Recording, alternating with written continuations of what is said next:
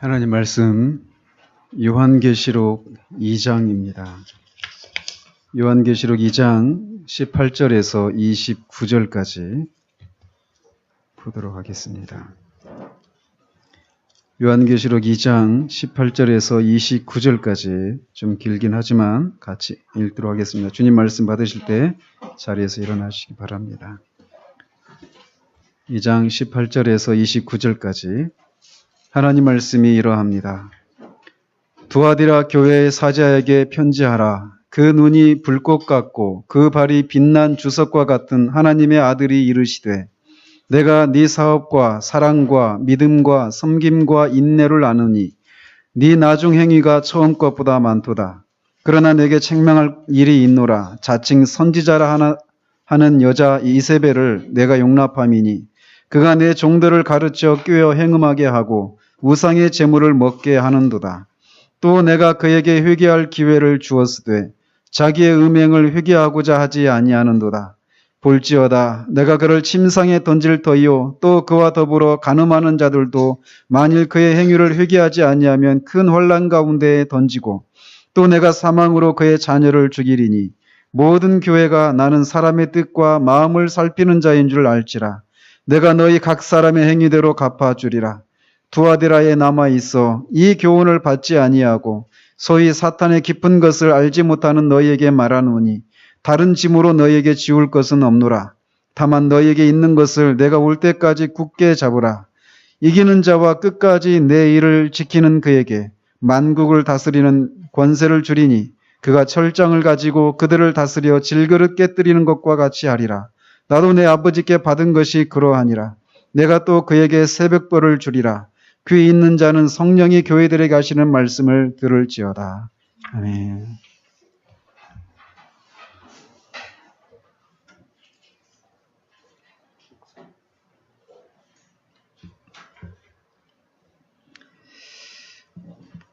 지난주에는 버가모 교회를 살폈습니다. 우상 숭배와 황제 숭배가 극심했던 그런 지역에서 그들은 주님의 인격과 또 그가 하신 일에 대한 바른 신앙을 지켰었습니다. 그렇지만 그들이 니골라당과 발람의 교훈을 따라서 성결한 삶을 살아가는 것은 그런 일에 있어서는 실패했던, 그래서 그것에 대해서 책망하셨던 그런 내용들에 대해서 우리가 살폈습니다. 오늘은 이 버가모 교회로부터 동남쪽에 자리하고 있었던 두아디라 교회에게 주신 말씀을 살펴보도록 하겠습니다. 이 두아디라 이 지역은 두아디라 이 교회는 7교회 중에서 가장 잘 알려지지 않은 그런 교회입니다. 그런데 우리가 방금 말씀을 살펴본 것처럼 이 7교회 중에서 가장 긴 편지를 받은 교회가 이 두아디라 교회이기도 합니다. 이 앞에 있었던 세 그런 도시는 정치적으로 또는 문화적으로 그런 아시아 지역에 있어서 중심적인 그런 도시였던 것에 비해서 이 두아디라 이 지역은 내세울 곳이 없었던 그냥 조그만 그런 초라한 그런 도시였다고 합니다. 한 가지 특징이 있었다라면 이 지역에, 이 두아디라 지역에 소위 동업조합이라고 하는 이런 것이 많이 세워졌던 그런 도시였다고 합니다. 즉, 빵을 만드는 사람들의 조합, 염색업을 하는 사람들의 조합, 또는 구리 장색업을 하는 사람들의 조합, 이런 식으로 같은 일을 하는 사람들끼리 모여서 만든 그런 동업조합, 이런 것들이 많이 형성됐던 도시였다고 합니다.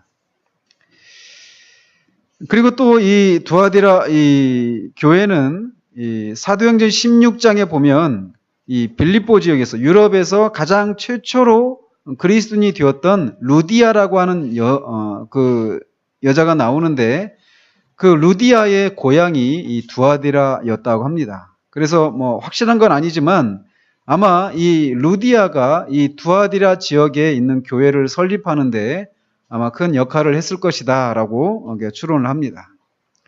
그렇게 다른 교회들에 비해서, 다른 지역들에 비해서 그렇게 주목받을 만한 그런 교회가 아니었음에도 불구하고 다른 교회들보다 훨씬 더 그런 긴 그런 편지를 받고 있는 이런 것을 이렇게 보면서 교회 안에 일어나는 어떤 문제라고 하는 이런 것들은 크고 잘 알려진 그런 교회에서만 있는 것이 아니다라고 하는 것을 보게 됩니다. 작은 교회라고 해서 문제가 없는 것은 아니죠. 오늘날 대형 교회가 굉장히 큰 문제를 일으키고 있죠. 그러나 그래서 작은 교회들은 문제가 없다.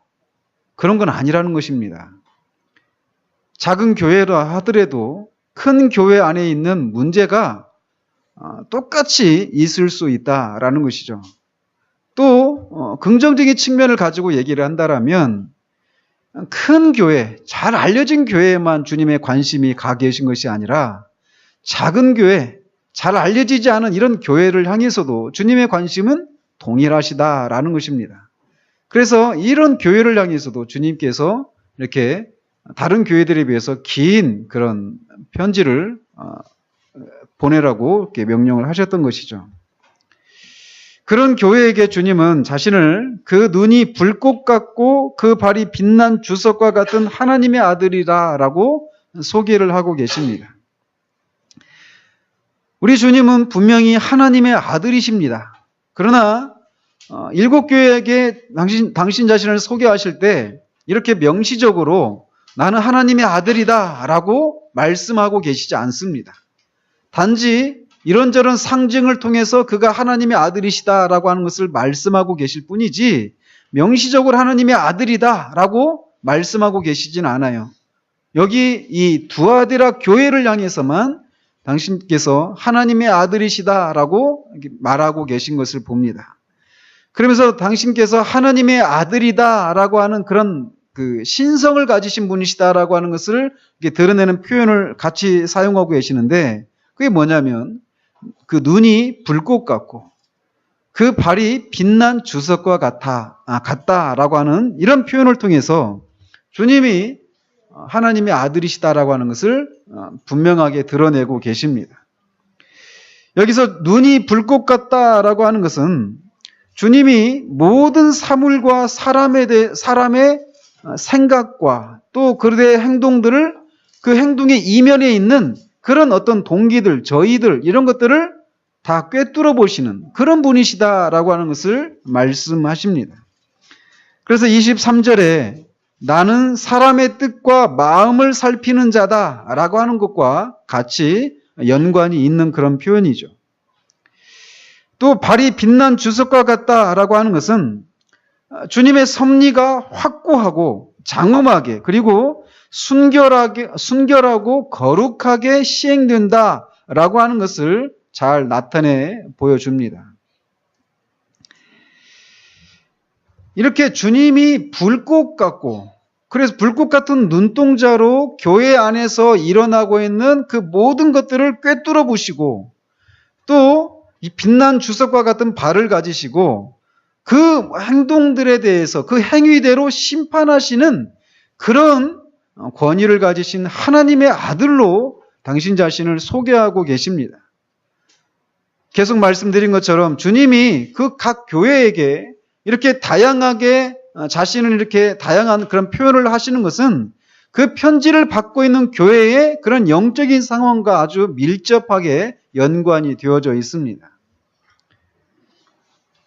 왜 그러면 주님께서 이렇게 당신 자신을 눈이 불꽃 같고 발이 빛난 주석과 같은 그래서 그 모든 것들을 뚫어보고 계시고 그 행위에 대해서 심판하시는 하나님의 아들로 소개하시는가를 한번 살펴보도록 합니다.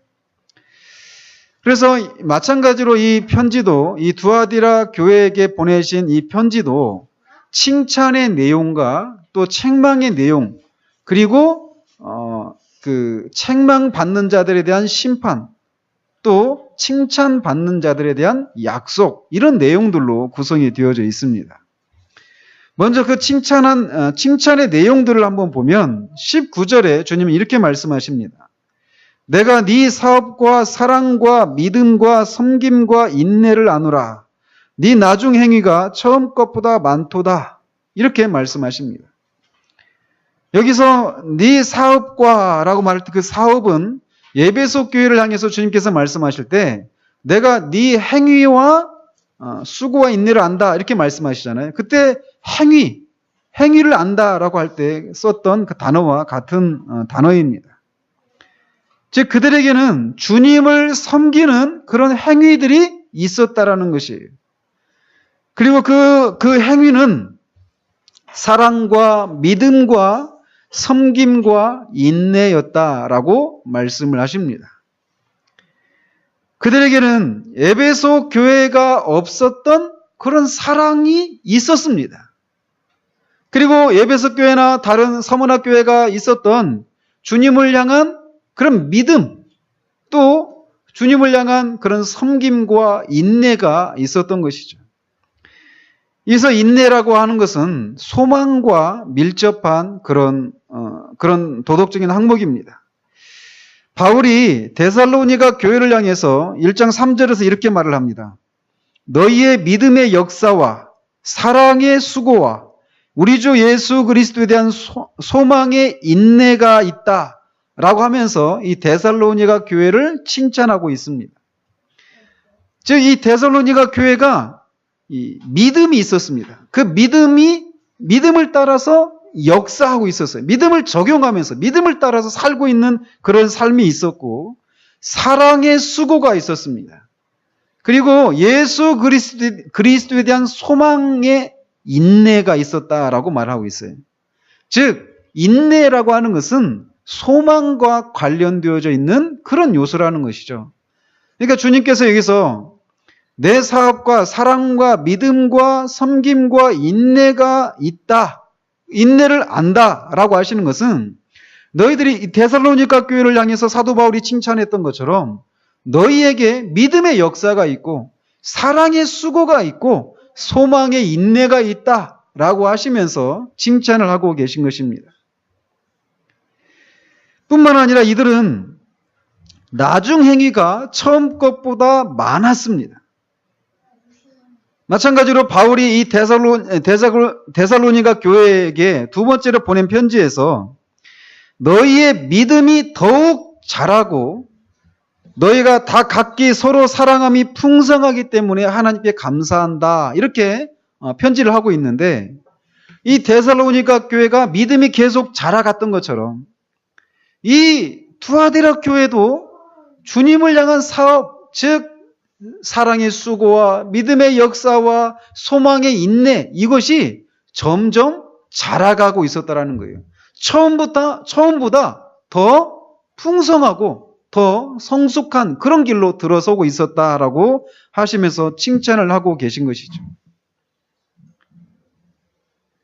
성경은 우리가 믿음과 사랑과 또 주님을 아는 지식에 있어서 또 주님을 닮아가는 이런 성결한 삶에 있어서 우리가 계속해서 자라갈 것을 우리에게 요구하고 계십니다. 이런 측면에서 우리는 우리 자신을 한번 돌아볼 필요가 있습니다. 정말 우리는 얼마나 내가 처음보다 믿음에 있어서 사랑의 수고에 있어서 소망의 인내에 있어서 내가 자랐구나. 내가 그리스도를 아는 지식에 있어서 하나님을 아는 지식에 있어서 내가 정말 많이 자랐구나 라고 하는 그런 말을 하는 사람들을 우리 주변에서 얼마나 자주 봅니까? 오히려 많은 경우에 내가 옛날에는 지금 같지 않았는데 내가 기도 생활에 있어서 옛날에는 지금과 같지가 않았는데 말씀을 아는 지식에 있어서 또 그 말씀을 통해서 하나님을 알아가려고 하는 그런 열심에 있어서 옛날에는 내가 지금과 같지가 않았는데 즉 지금이 옛날보다 못하다라고 하는 그런 말을 하는 사람들이 거의 대부분인 것 같은 그런 시대를 우리가 살아가고 있습니다. 그래서 마치 신앙이 연금을 타먹듯이 한번 저축을 몽땅 해놓고 남은 기간 동안 조금씩 그 예금을 타서 생활하는 것처럼 신학이라고 하는 것이 처음에 주님을 만나고 주님을 통해서 생명을 얻고 구원의 감격을 누리고 구원에 속한 그 모든 은혜들을 한꺼번에 다 받고 시간이 지나면서 점점 그런 것들을 조금씩 곶감 빼먹듯이 그런 식으로 살아가는 것이 신앙이 정상적인 모습같이 여겨질 정도로 그렇게 한 개인이 또 교회가 그렇게 믿음의 역사와 사랑의 수고와 소망의 인내에 있어서 자라가는 모습을 보기가 쉽지 않은 그런 시대가 바로 우리 시대입니다. 그런데 이 교회는 그런 일에 있어서 진보가 있었다라는 거예요. 처음 행위보다 나중 행위가 더 많았다라고 하시면서 주님께서 칭찬을 하고 계신 거예요. 그러므로 우리는 우리 자신을 돌아보아야만 합니다. 나는 계속 자라가고 있는가? 물론 그리스도인이 자라간다라고 말할 때 항상 내려감이 없이 계속 직선으로 그렇게 자라가는 것은 아닙니다. 때로는 내려가는 것 같습니다. 그러나 전체적인 그 삶을 보면 계속해서 올라가는 그런 모습이라는 거예요. 우리가 등산할 때 그런 것을 많이 보잖아요. 등산할 때 산이 계속 막 직선으로 이렇게 되어 있습니까? 아니죠. 이렇게 올라가다가 어떤 때는 내려갑니다. 내려가는 그런 시기도 있습니다. 그러나 그 내려가는 시기 동안도 여전히 올라가고 있는 그런 과정 중에 일부라는 것이죠. 그래서 결국은 이런 식으로 올라가게 되지만 결국은 올라가게 되는 것처럼 정상적인 신앙의 모습은 그렇게 계속해서 자라감이 있는 것이어야 한다라는 것입니다.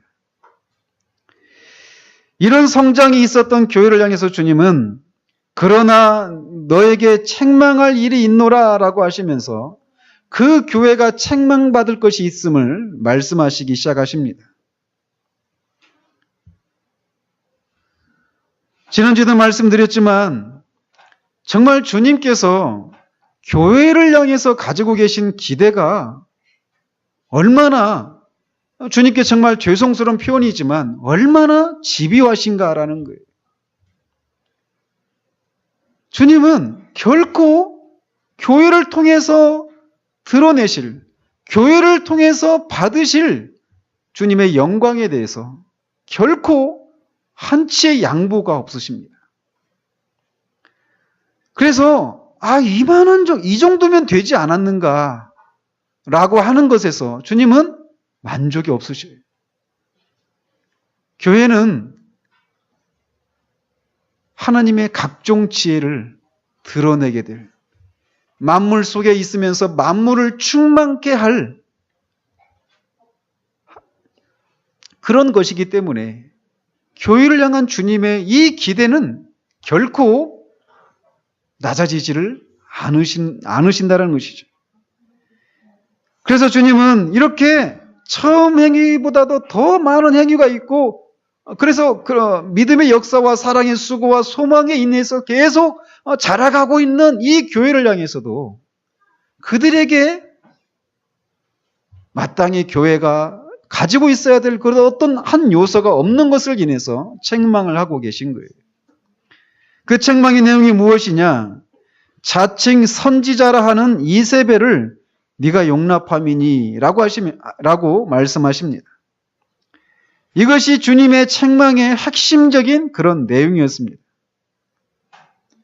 그럼 자칭 선지자라고 하는 이세벨이 무엇을 했는가? 그가 내 종들을 가르쳐 꿰어 행음하게 하고 우상의 제물을 먹게 했다라고 말씀하십니다. 주님은 이세벨이라고 하는 선지자가 교회에서 활동하며 교인들을 꿰어 간음을 행하게 하고 우상의 제물을 먹게 했는데 이 교회가 그것을 용납했다라고 하는 것을 책망하고 계신 거예요. 아마도 이세벨은 그 두아디라 교회에 실제로 있었던 인물이었을 것입니다. 그러나 그 이름이 진짜 이세벨인가에 대해서는 의견이 나뉘는데, 대부분 그 이름은 실제 이름이라기보다는 버가모 교회도 마찬가지고 발람의 교훈이라고 하잖아요. 실제 발람이라고 하는 사람이 그 교회 안에 있어서 그런 거짓된 가르침을 베푼 것이 아니죠. 그러니까 어떤 상징적인 그런 이름인 것이죠. 또 소돔이나 바벨론 이런 표현도 계시록에 보면 나오는데, 그것은 실제 이름이 아니라 어떤 상징적으로 그 이름을 들어 쓰는 것처럼 이세벨이라고 하는 이 이름도 상징적인 이름이었을 것이다라고 얘기를 합니다. 이세벨이 어떤 사람이었습니까? 이세벨은 북이스라엘 역사 가운데 가장 악한 왕이 아합이라고 하는 왕이었습니다. 이 아합 왕의 부인이 이세벨이었어요. 근데 이 이세벨은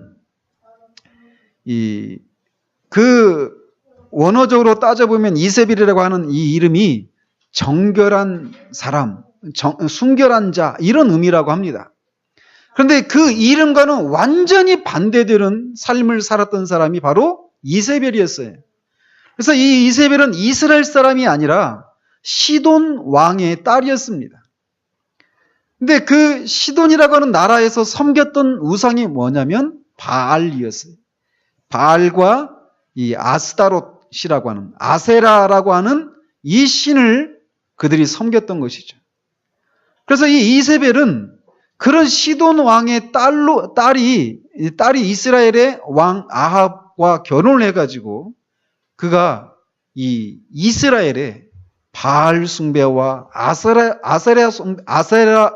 숭배를 아주 이렇게 막 부흥시켰던 그런 바알 숭배의 전도사와 같은 그런 역할을 했던 인물이 이세벨이었습니다.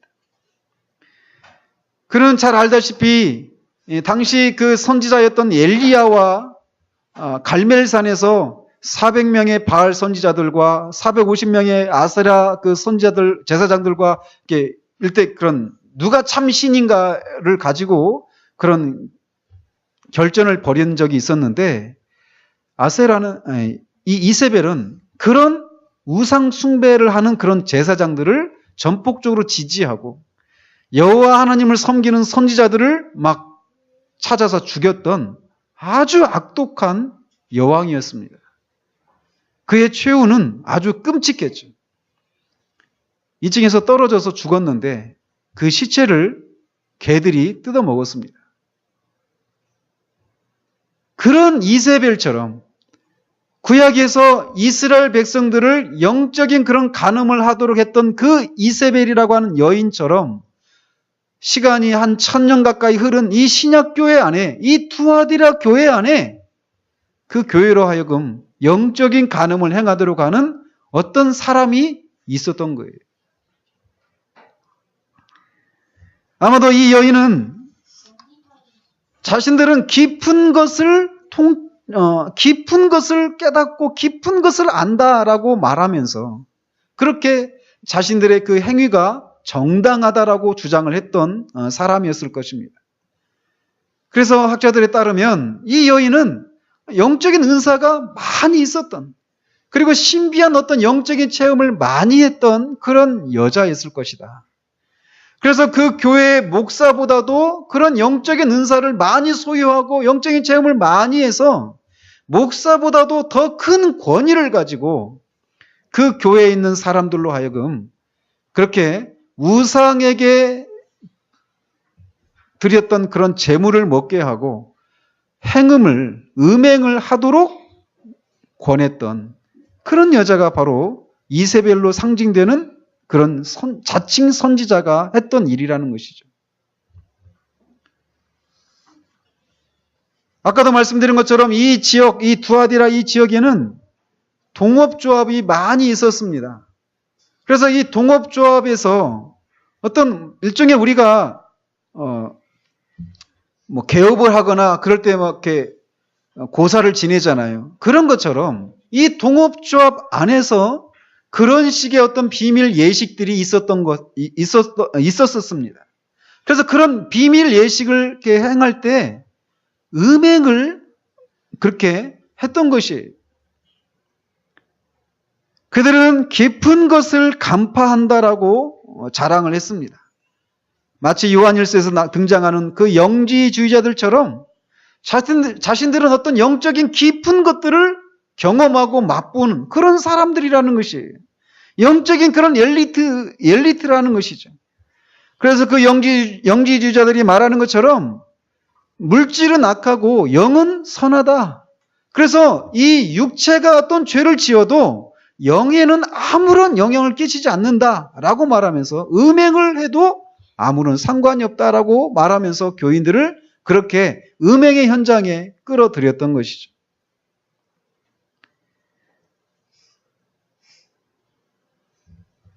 그러니까 결국 이세벨의 교훈이라고 하는 것도 결국은 앞에서 등장했던 것처럼 니골라당의 교훈이나 발람의 교훈 이런 것과 일맥상통을 하는 것이다라고 말할 수 있죠. 에베소 교회는 사랑이 없는 것 때문에 책망을 받았습니다. 그러나 이 투아디라 교회와는 다르게 에베소 교회는 니골라당의 행위를 미워했습니다. 그리고 또 이 버가모 교회는 발람과 니골라당의 교훈을 쫓는 사람들이 몇몇 있었습니다. 그런데 이 두아디라 교회는 교회가 이 이세벨의 이 가르침을 용납을 했다라는 거예요. 몇몇 사람이 교회의 그 가르침을 벗어나서 그런 니골라당과 발람의 교훈을 쫓았던 버가모 교회와는 다르게 교회가 이 이세벨의 이 가르침을 용납을 했다라는 것이에요.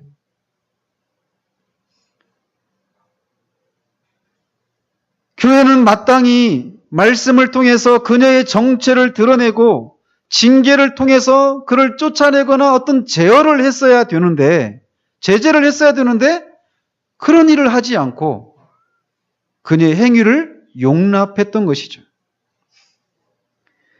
그래서 앞에서도 내 사업과라고 말하면서 사랑과 믿음과 이 섬김과 인내 이렇게 말씀하시는데 믿음 앞에 사랑을 먼저 언급하고 계십니다. 주님께서.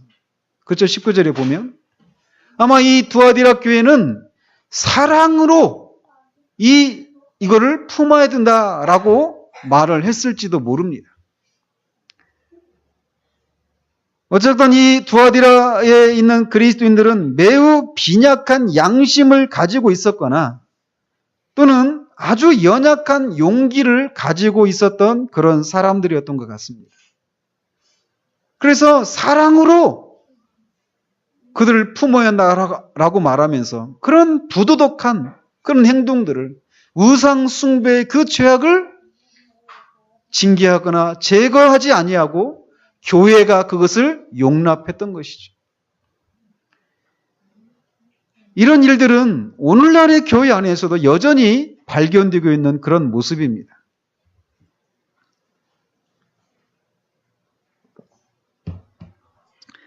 여러분들이 조금만 관심을 가지고 이 시대, 우리가 살고 있는 이 시대의 교회 안에서 일어나고 있는 그런 문제들을 여러분이 진지하게 한번 살펴본다라면 교회 안에는 이런 사람들이 늘 있습니다. 사랑으로 품어야 된다라고 말하면서 부도덕한 행위들을 용납하는 것.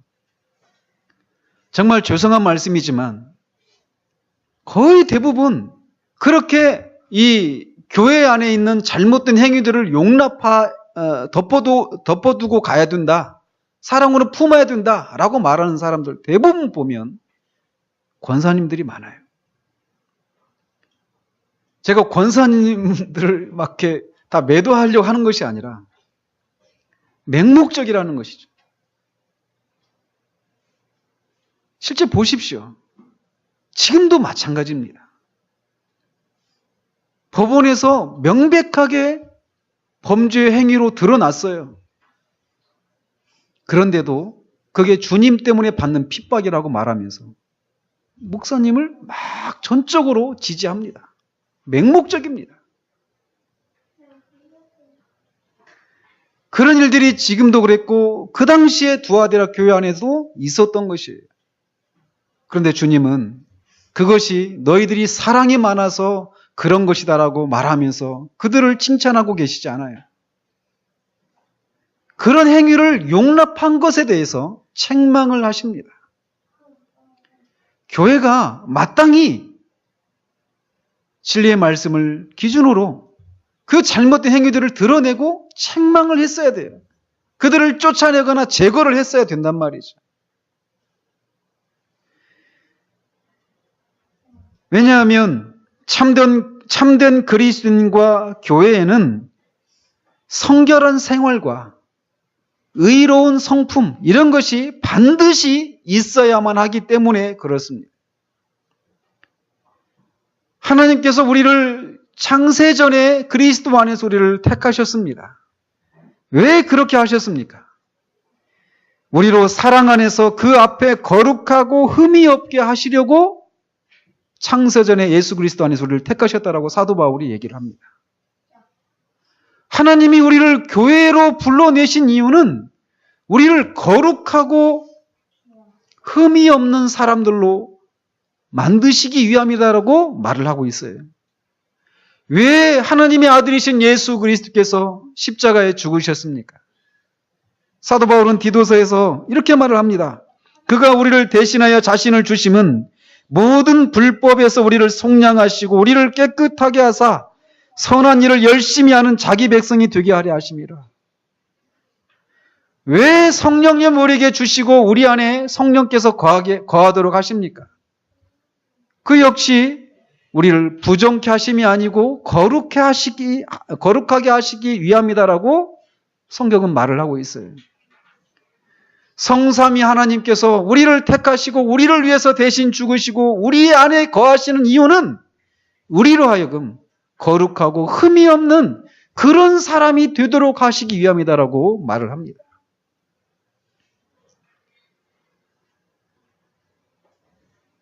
이것이 하나님의 뜻이에요.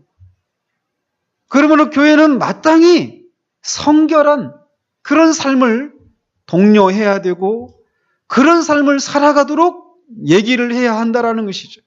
그리고 그렇지 못한 그런 모습들을 볼 때 징계를 통해서 제재를 가하고 때로는 쫓아내야 되는 그런 일도 해야 한다라는 것이죠. 이것이 하나님의 뜻이지만 사탄은 그것을 좌절시키기 위해서 갖은 수단을 다 동원을 합니다. 말씀드린 것처럼 어떤 외부적인 물리적인 그런 탄압과 박해를 통해서 그런 것을 좌절시키려고도 합니다. 또는 그것이 실패하면 거짓된 가르침을 통해서 그것을 무마시키려고 합니다. 또 그것에서 실패하면 교회 내부 안에서 도덕적인 그런 타락을 통해서 하나님의 뜻을 무산시키려고 하는 그런 노력을 사탄이 한다라는 거예요. 그런데 주님은 불꽃 같은 눈으로 이 상황을 꿰뚫어 보고 계십니다. 주님은 그래서 어떤 식으로든지 이세벨에게 회개하라고 경고를 하셨던 것 같아요. 그러면서 주님은 이 21절에 보면 내가 그에게 회개할 기회를 주었으되 라고 말씀을 하십니다. 이세벨이라고 상징되어지는 이 잘못된 가르침을 베풀고 있는 교회의 그 악의 뿌리에 해당되는 그 사람에게 회개하라라고 하시는 이런 말씀을 하셨다라는 거예요. 이런 것을 통해서 우리가 또 교훈받는 게 뭐냐? 주님은 결코 우리가 죄악된 삶을 살아갈 때 그 삶에서 돌이키도록 우리를 멱살잡이에서 강요하시고 억지로 순종하도록 하시지 않는다라는 거예요. 그 삶에서 돌이키라고 회개하도록 촉구하시고 우리가 인격적으로 승복해서 그 삶에서 돌이키도록 하시지 강제적으로 강요하시는 분이 아니시라는 것이죠. 그렇게 그에게 회개할 기회를 주셨지만 그는 자기의 음행을 회개하고자 하지 않는다라고 주님이 말씀하십니다. 이미 경고를 줬지만 회개하지 않았고 지금도 회개하려고 하지 않는다라고 말씀하신 거예요. 주님은 그녀에게 회개하고 돌이킬 기회를 주시지만 계속해서 기다리시지는 않습니다. 영원히 참지는 않으신다라는 거예요. 그래서 그분은 불꽃 같은 눈으로 보시고 돌이키지 않는 자들을 빛난 주석과 같은 발로 그들의 행위를 심판하십니다. 그래서 주님은 그녀에게 심판을 경고하십니다. 그것은 내가 그를 침상에 던질 터이요 라고 하십니다. 그녀는 음행을 행할 때 아마도 침상에서 음행을 행했을 것입니다. 근데 그 음행을 행했던 그 침상에 그녀를 던지겠다라는 거예요. 즉, 이 표현은 그녀를 심판을 해서 병이 들게 해서 그 침상에 눕게 하겠다라고 하시는 그런 표현이신 것이죠. 또한 그와 더불어 간음한 자들도 만일 회개하지 아니하면 큰 환난 가운데 던지시겠다라고 말씀하십니다. 그녀의 잘못된 가르침을 따라서 거기에 동참하면서 어떤 성적인 쾌락을 그들은 누렸을 것입니다. 그러나 주님은 그들에게 그들이 추구했던 쾌락이 아니라 환난의 고통을 그들에게 주시겠다라고 경고하고 계셔요. 그리고 사망으로 그의 자녀를 죽이겠다라고 말씀하십니다. 아나니아와 삽비라를 또 이 성찬에 참여하면서 자기의 죄를 돌아보지 않고 무분별하게 참여해서 주님의 몸과 피를 모독하고 더럽혔던 이 고린도 교인들 중에 얼마를 이렇게 죽게 하셨던 것처럼 그런 심판을 내리시겠다라고 경고하고 계십니다. 주님은 이것을 통해서 모든 교회가 주님이 사람의 뜻과 마음을 살피는 자인 줄 알게 하겠다라고 말씀하십니다.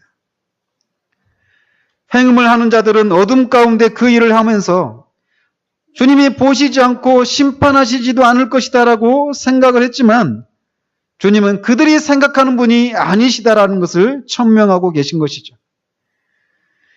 주님은 불꽃 같은 눈동자로 어둠의 일들을 꿰뚫어 보고 계시고 그것을 각 사람의 행위대로 심판하신 분이심을 온 교회가 알도록 하시겠다라고 말씀하십니다. 이것이 그 교회가를 향한 주님의 책망의 내용들입니다. 그러나 이런 교회 속에도 주님으로부터 칭찬을 받는 사람들이 있었습니다. 주님은 그들을 두아디라에 남아있어 이 교훈을 받지 아니하고 소위 사탄의 깊은 것을 알지 못하는 너희라고 말씀하십니다. 그들은 이 이세벨, 구약의 그 이세벨이 활동했을 때 당시에 그 여호와 하나님을 섬겼던 선지자가 엘리야 선지자였습니다. 그 엘리야 선지자가 갈멜에서 그 850명의 바알과 아사라 그 제사장들과 일대 결전을 하고 하나님의 그 신 권능으로 하나님이 정말 참신이시다라고 하는 것을 드러내는 그런 큰 싸움을 한 후에 이세벨이 그 소식을 듣고 엘리야를 죽이겠다 라고 하는 그 얘기를 듣고 도망을 갔습니다. 그리고는 그 큰 싸움을 한 후에 그가 급전직하 큰 영적인 침체 가운데 빠져듭니다.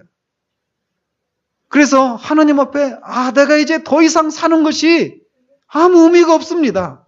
차라리 죽는 것이 낫겠습니다. 라고 말하면서 불과 며칠 전에 하나님을 위해서 그렇게 용기를 발휘하고 믿음을 발휘했던 이 믿음의 선지자가 급전직하 죽는 것이 더 낫겠습니다 라고 하면서 그렇게 영적 침체 가운데 빠져있는 그 엘리야가 하나님 앞에 이렇게 탄식을 합니다. 그런 엘리야를 하나님께서 호렙산으로 부르시거든요. 그러면서 엘리야야 네가 왜 여기 있느냐라고 말할 때 엘리야가 이렇게 말을 해요. 하나님을 섬기는 모든 선지자들이 다 죽고 나만 남았습니다. 이 이스라엘 땅에 나만 하나님을 섬기는 사람으로 남아 있습니다. 라고 그렇게 탄식할 때 하나님께서 그렇게 말씀하셔요. 아니다. 내가 바알에게 절하지 않은 7,000명을 남겨놓았다라고 말씀하십니다. 그 7,000명의 바라게 절하지 않았던 그 순결한 영혼들처럼 이 투아디라 교회 안에도 이세벨의 가르침을 쫓지 않고 사탄의 깊은 곳에 빠져들지 않았던 남은 자들이 있었던 거예요. 그들은 진리로 거짓을 분별하고 자신을 더럽히지 않았던 경건하고 성결한 사람들이었습니다. 지난주에도 말씀드린 것처럼 교회의 전체적인 흐름이 세속적인 즐거움과 기쁨을 쫓고 거룩함을 쫓지 않는 그런 흐름 속에서 그 흐름을 거슬러서 성결함을 좇는 그런 사람들은 늘 외롭고 쉽지 않은 싸움을 싸워야만 합니다. 제가 처음에 사역을 했던 그 교회에서도 제가 첫날 갔는데 어떤 교사 한 분이 제가 거기서 계속 사역을 할지 안 할지도 모르고 그냥 선을 보러 갔단 말이죠. 처음 그렇게 갔는데 그 첫날 저한테 그런 얘기를 하는 거예요. 우리 목사님은 날마다 거룩만 한다라고. 제가 속으로 이 교회가 큰 문제가 있구나. 아까도 말씀드린 것처럼 하나님이 우리를 교회로 부르신 이유는 우리가 거룩하고 흠이 없는 그런 사람으로 되어지기 위해서 우리를 부르신 거예요. 당연히 교회가 거룩함에 대해서 얘기를 해야죠. 근데 왜 거룩 온통 이런 얘기만 한다라고 하는 것이 왜 불만입니까? 그런 분이 교회 교사예요.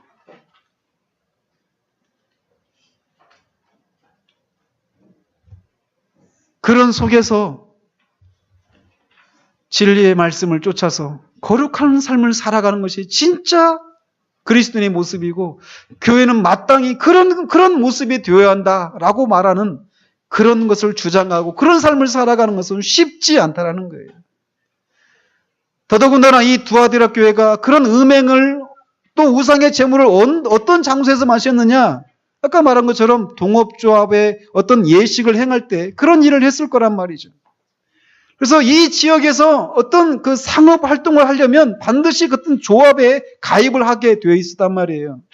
근데 그 조합 전체가 그런 음행을 행하고 우상 제물을 먹는데 거기에서 나는 그게 옳지 않은 거라고 생각한다. 라고 말하면서 그 행위에 동참하지 않는 것은 그에게 이런저런 손해를 겪게 되는 것을 의미하는 것이었어요. 그런데도 이 두아디라 교회에 거기에 동조하지 않는 남은 자들이 있었던 것입니다. 음행을 행하는 자들은 어둠 가운데서 그 일을 행하면서 하나님이 이것을 바라보시지 않는다, 주목하시지 않는다라고 말하지만 불꽃 같은 눈동자로 주님이 그 음행을 행하는 자들의 그 행위들을 낱낱이 보고 계셨습니다. 마찬가지로 주님은 그 불꽃 같은 눈동자로 그런 세속적이고 타락한 그런 즐거움과 기쁨을 쫓고 있는 그 현실 속에서 거룩함과 경건한 삶을 살아가려고 하는 그 사람, 어떻게 보면 굉장히 소수였을 것입니다. 왜? 교회가 이 이세벨의 가르침을 용납했거든요.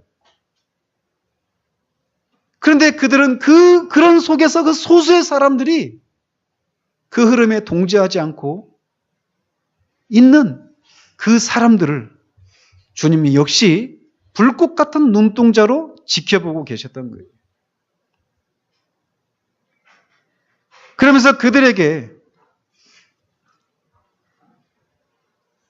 다른 짐으로 너에게 지울 것이 없다라고 말씀하십니다. 그러면서 너에게 있는 것을 내가 올 때까지 굳게 잡으라라고 말씀하십니다. 즉 이미 그들이 가고 있고 행하고 있는 일들을 계속해서 하라는 말씀이에요. 이세벨의 교훈을 따르던 사람들이 방종한 삶을 사는 것을 보면서 그것에 대한 어떤 극단으로 치우쳐서 음행을 행하는 것은 이거는 죄다 라고 하면서 그것에 대한 극단으로 치우쳐서 금욕주의적인 그런 삶을 살아갈 것이 아니라 이미 그들이 주님의 사도들로부터 받았던 그런 성경적인 가르침과 교훈을 쫓아서 계속해서 성결하고 거룩한 삶을 살아가는 그런 길을 계속해서 가라고 말씀하고 계신 거예요. 그러시면서 26절과 29절까지 해서 이기는 자와 끝까지 내 일을 지키는 자들에게 두 가지를 주시겠다라고 약속하십니다. 그것은 만국을 다스리는 권세와 새벽별을 주시겠다라는 것이었습니다. 그러시면서 27절에서 만국을 다스리는 권세를 이렇게 묘사하십니다. 그가 철장을 가지고 그들을 다스려 질그릇 깨뜨리는 것과 같이 하리라. 이것은 시편 2편 8절 9절을 인용하신 것입니다. 거기에 보면 내게 구하라. 내가 이방 나라를 네 유업으로 주리니 네 소유가 땅끝까지 이르리로다. 네가 철장으로 그들을 깨뜨리며 질그릇같이 부수리라 하시도다. 즉, 이 시편 2편은 메시아적 시편인데 그리스도께서 그렇게 열방을 다스리는 왕으로 취임하시겠다라고 하는 그런 약속입니다. 그 영광에 이세벨의 교훈을 따르지 않고 성결함을 지키기 위해서 남은 자들이 그 영광에 동참하도록 하시겠다라고 말씀하시는 거예요. 주님은 마태복음 25장에 그 나오는 달란트 비유에서도 5달란트와 2달란트를 남긴 그 종들에게 착하고 충성된 종아, 네가 적은 일에 충성하였음에 내가 많은 것을 네게 맡기리니 내 주인의 즐거움에 참여할지어다 라고 말씀하십니다. 이 땅에서 주님의 일을 충성되게 했던 사람들에게 나중에 또 다른 일을 맡길 것이고 이 주님의 즐거움에 동참하게 하시겠다라고 약속하셔요. 동일한 비유인 이 문화의 비유에서도 주님은 똑같은 얘기를 하십니다. 그래서 주님이 주인이 종에게 맡겼던 그 10문화와 5문화로 한 문화를 가지고 10문화와 5문화를 남겼던 그 종들에게 주님이 이렇게 말씀하십니다. 잘하였다 착한 종이여, 네가 지극히 작은 것에 충성하였으니 10고을과 5고을 권세를 차지하라. 사도 바울은 성도는 나중에 세상을 판단하고 천사를 판단한다라고 말씀하십니다. 이 지상에서는 성결한 삶을 살아가고 경건한 삶을 살아가는 사람들이 세속적인 즐거움과 천박하고 경박한 그런 즐거움들을 쫓는 그런 흐름 속에서 소수에 불과하고 그들은 어떻게 보면 그런 삶을 살아가면서 이런저런 손해와 오해와 조롱과 멸시를 받을 수도 있다는 거예요. 그러나 그런 그들에게 주님이 그 열방을 다스리는 것처럼 세상을 판단하고 천사를 판단하는 그런 영광을 주님이 발휘하시는 것처럼 그 영광에 동참하게 하시겠다라고 주님이 말씀하고 계신 거예요. 그리스도와 함께 왕노릇하게 하시겠다라는 것입니다. 이 지상에서 자신의 정욕을 다스리게 된 자는 천국에서 사람들을 다스리게 될 것이라는 거예요. 또한 주님은 끝까지 이기는 자들 그리고 주님의 일을 끝까지 해냈던 그 사람들에게 새벽별을 주시겠다라고 약속을 하십니다. 이 새벽별이 무엇이냐? 계시록 22장 16절에 보면 예수님은 자신을 광명한 새벽별이다라고 묘사를 하십니다. 그러니까 여기서 이기는 자에게 이 새벽별을 주시겠다라고 하신 약속은 결국 그리스도께서 자신을 주시겠다라고 하는 것과 마찬가지죠. 그러니까 어떻습니까? 앞에서 계속해서 이기는 자들에게 낙원에 있는 생명나무의 열매를 먹게 하겠다. 감춰진 만나를 주겠다. 또는 새 이름이 새겨진 흰돌을 주겠다라고 하는 것과 일맥상통하는 그런 내용들이죠. 즉 주님에 대한 더 깊고 온전한 계시와 지식을 주시겠다라는 거예요. 사탄의 깊은 것에 빠져들기를 거절하기 때문에 그리스도의 깊은 것을 헤아릴 수 있도록 하시겠다라는 것입니다. 그 사람들은 이세벨을 거절했기 때문에 그리스도를 얻게 하시겠다라고 말씀하고 계신 거예요. 만국을 다스리는 권세를 얻게 될 뿐만 아니라 만국의 주님을 소유하게 될 것이다 라고 말씀하고 계신 거라는 것이죠. 주 안에 사랑하는 성도 여러분, 제임스 패크라고 하는 신학자는 존 오웬이라고 하는 이 청교도 신학자의 책인 죄와 유혹이라고 하는 책의 서문에서 이 시대를 가리켜서 말하기를 이 멸망의 시대라고 말을 합니다. 제가 10여 년 전에 그 책을 전철에서 읽고 있는데 서서 그 전철 그 입구에 있는 그 봉 있잖아요. 그 한 손으로 잡고 책을 이렇게 읽고 있는데 패커가 그 서문 속에서 이 멸망의 시대 이렇게 묘사를 하고 있는데 제가 주저앉을 뻔했습니다. 이 시대는 가히 멸망의 시대입니다.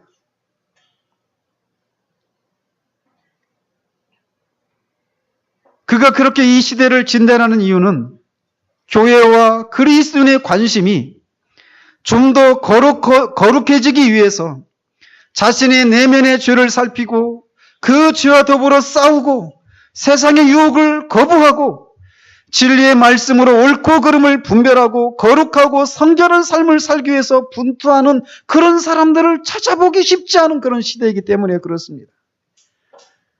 교회에서 전해지는 가르침들의 그 온통 교회 안에 들어온 사람들이 갖고 있는 그런 세속적인 욕망을 하나님을 통해서 얼마든지 얻을 수 있다라고 하는 그런 가르침들이 난무하고 있습니다.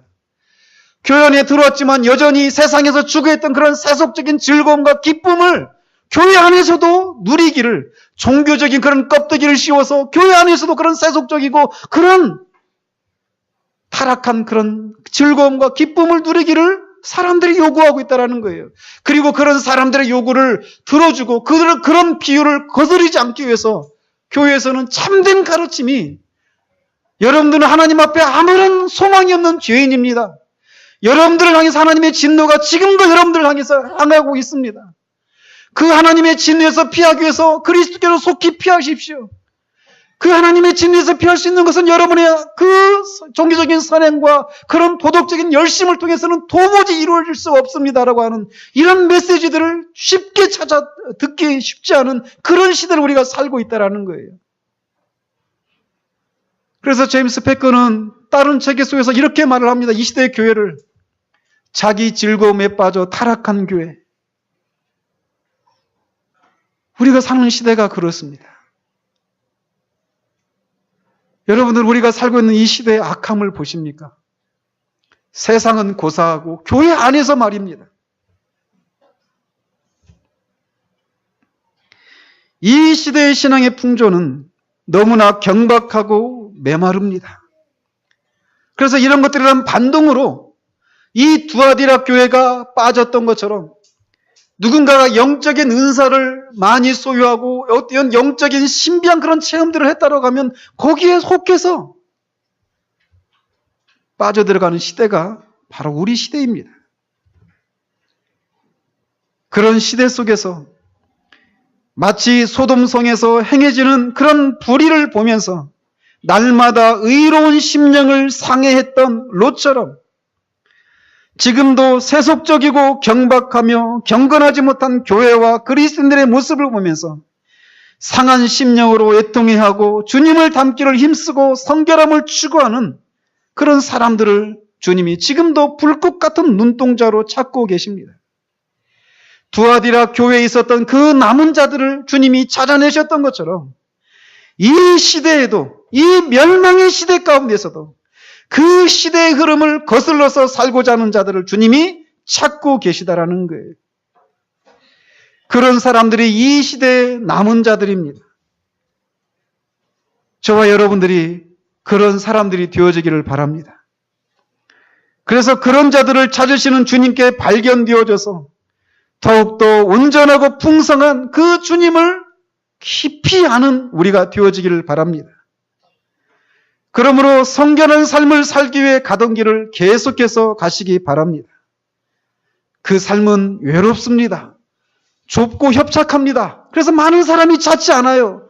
그리고 많은 고난과 박해와 오해와 멸시와 조롱을 받습니다. 사람들은 세상에서 내가 예수님을 믿었더니 이런저런 복을 누렸다라고 할 때 우리는 어쩌면 그런 복과는 전혀 상관이 없는 가난하고 정말 안락하지 못한 그런 삶의 환경에 우리는 내던져질 수 있습니다. 그러나 그 길은 옳은 길입니다. 그 길이 주님이 우리를 인정하시는 그런 길이라는 거예요.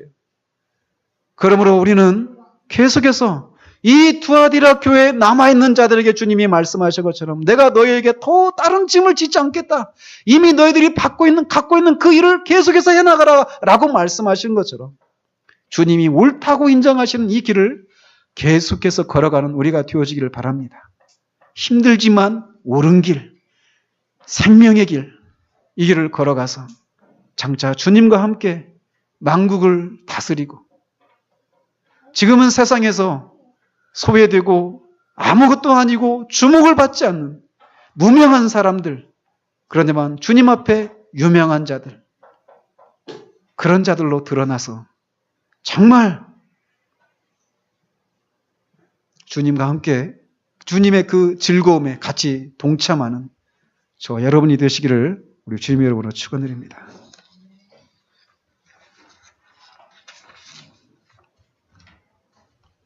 기도합니다. 하나님 아버지, 감사합니다.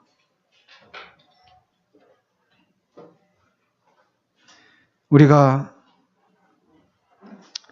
제정신을 가지고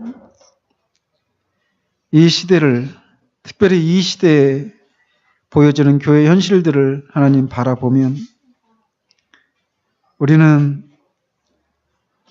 소돔성에 있으면서 그 불의한 불법한 행동들을 보면서 날마다 의로운 심령을 상해했던 그 롯과 같이 우리도 그렇게 상한 심령으로 애통해하며 살 수밖에 없는 현실을 우리가 보게 됩니다. 백화가 말하듯 이 시대의 교회는 자기 즐거움에 빠져 타락한 교회이고 이 시대는 멸망의 시대입니다. 두아디라 교회가 바로 그런 교회였지만 그런 속에서도 그 흐름을 거스르며 성결하고 경건한 삶을 살아갔던 그 남은 자들처럼 우리도 이 멸망의 시대 가운데 자기 즐거움에 빠져 타락한 교회의 시대 가운데 우리 한 사람 한 사람이 또 우리 교회가 성결하고 경건한 그런 사람들 교회로 하나님 자리할 수 있도록 주님 도우시옵소서. 지금도 불꽃 같은 눈동자로 그 삶이 옳음을 알고 힘들지만 그 길을 계속해서 걸어가는 자들을 지키시고 도우시고 그들에게 장차 그 주님의 그 즐거움에 참여할 수 있는 특권을 허락하신다라고 하는 사실들을 우리가 기억하며 계속해서 이 길을 걸어가는 우리 모두 될 수 있도록 주님 도우시기를 원합니다. 예수 그리스도 이름으로 기도합니다. 아멘.